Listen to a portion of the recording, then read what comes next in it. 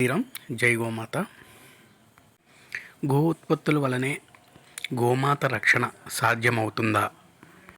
Go ఉత్పత్తులు లేకపోతే మన హిందువులం గో సంరక్షణ చెయ్యలేమా? గోమాతను కాపాడుకోవలసిన అవసరం మనకు లేదా? ఎందుకు ఎక్కువ శాతం గోప్రేమికులు, హిందూ బంధువులు గోవుని రక్షించాలి అంటే గోమాత ఉత్పత్తులతోనే అది సాధ్యమవుతుంది అనే అభిప్రాయంలోని భావనలో ఎక్కువ శాతం ఎందుకుంటున్నారు? సజీవ దైవమైన గోమాతని మన హిందువులు దైవంగా భావించడం లేదా? దేవాలయంలో శిలారూపంలో ఉన్న ఆ భగవంతుడిని పూజించినట్టుగా మన ముందు సజీవ దైవంగా ఉన్న గోమాతను ఎందుకు పూజించలేకపోతున్నారు? సనాతన ధర్మంలో గోమాత స్థానం సర్వదేవతగా పరిగణించి అన్ని శాస్త్రాలు వర్ణించాయి. వేదాల ప్రకారం మన పండితులు, ప్రవచనకర్తలు ఎంతోమంది ఏనాటి నుంచో కూడా గోమాత సకల దేవతా స్వరూపిణి అని మనకు తెలియజేశారు. మరి అలాంటి గోమాతను, నందీశ్వరుణ్ణి మన అవసరాలకు వాడుకోవటమే తప్ప సజీవ దైవంగా మనం ఎందుకు పూజించలేకపోతున్నాం? దేవాలయానికి ప్రతిరోజు వెళ్ళి దైవ దర్శనం చేసినట్టే గోశాలకు వెళ్ళి సకల దేవతా స్వరూపిణి గోమాతని, నందీశ్వరుని ఎందుకు దర్శించలేకపోతున్నాం? నీకు కష్టం వస్తే సకల దేవతా స్వరూపిణి గోమాతకు ఎందుకు చెప్పుకోలేకపోతున్నావు?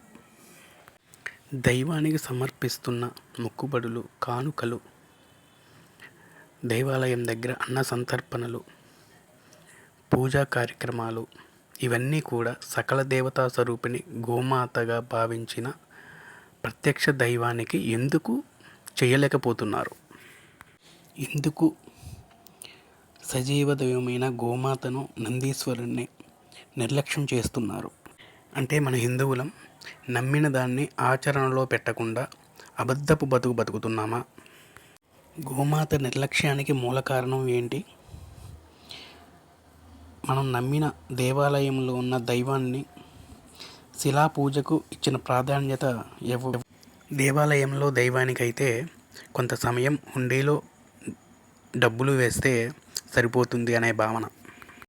అదే గోశాలకు వెళ్ళి సకల దేవతా స్వరూపిణిని గోమాతను పూజించాలి అంటే శ్రమపడాలి, సమయాన్ని త్యాగం చేయాలి. అన్నింటికన్నా ముఖ్యం తల్లి గోమాత కడుపు నింపడానికి వనరులు కావాలి. ఇవన్నీ కష్టంతో కూడుకున్నాయి కాబట్టి మనం గోమాతని గోశాలకు వెళ్ళి పూజించలేకపోతున్నాం.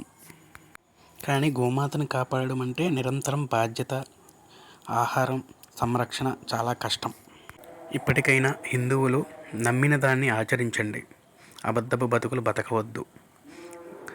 గోమాతను సకల దేవత స్వరూపిణిగా భావిస్తే గోశాలకు ప్రతిరోజు దర్శించుకోండి, ఆ దైవంతో సమానంగా పూజలు చెయ్యండి.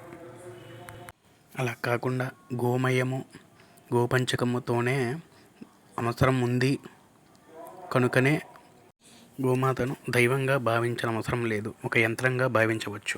దేవాలయాల దగ్గర పెద్ద పెద్ద పూజలు, యాగాలు, హోమాలు చేసి దేవాలయాలని ఆర్థిక కేంద్రాలుగా తయారు చేశారు. అలాగే గోమాతను కూడా గోమయంతో, గోపంచకంతో, గో ఉత్పత్తులతో సంరక్షిస్తాము, దానివల్లనే సాధ్యమవుతుంది అని గోమాతను కూడా ఆర్థికంగా కేంద్రాలుగా, ఒక యంత్రంగా చూడకండి దయచేసి. గోమాతను పూజించి గోమాతతో వ్యవసాయం చేసినప్పుడు ఎవరికి ఏ జబ్బులు లేవు. ఇప్పుడు గోమాతను పూజించకుండా పక్కన పెట్టి, వ్యవసాయం చేయకుండా పక్కన పెట్టి అన్ని రోగాలు బారిన పడి గో ఉత్పత్తులతో వాటిని తగ్గించుకుందాం అని చెప్పడం అనేది చాలా తప్పు.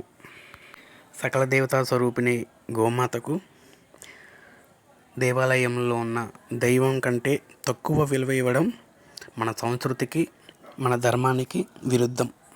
ఇప్పటికైనా హిందూ సమాజం గోమాత ఉత్పత్తులతోనే గోమాతను రక్షించుకోవటం సాధ్యమవుతుంది అనే భ్రమలోంచి బయటకు వచ్చి సకల దేవతా స్వరూపిణి గోమాతను దైవంగా సమానంగా పూజించుకుని కాపాడుకోకపోతే మనం విరుద్ధ జీవితం సాగించాల్సి వస్తుంది. దాని ద్వారా సంస్కృతి సాంప్రదాయాలు నశిస్తాయి. ప్రకృతి వైపరీత్యాలు వచ్చి మానవాళి అంతం కూడా జరుగుద్ది. అనారోగ్యం, అతివృష్టి, అనావృష్టితో నాశనం కాక తప్పదు. ధర్మానికి మూలమైన గోమాతను కాపాడుకోవడం మన బాధ్యత.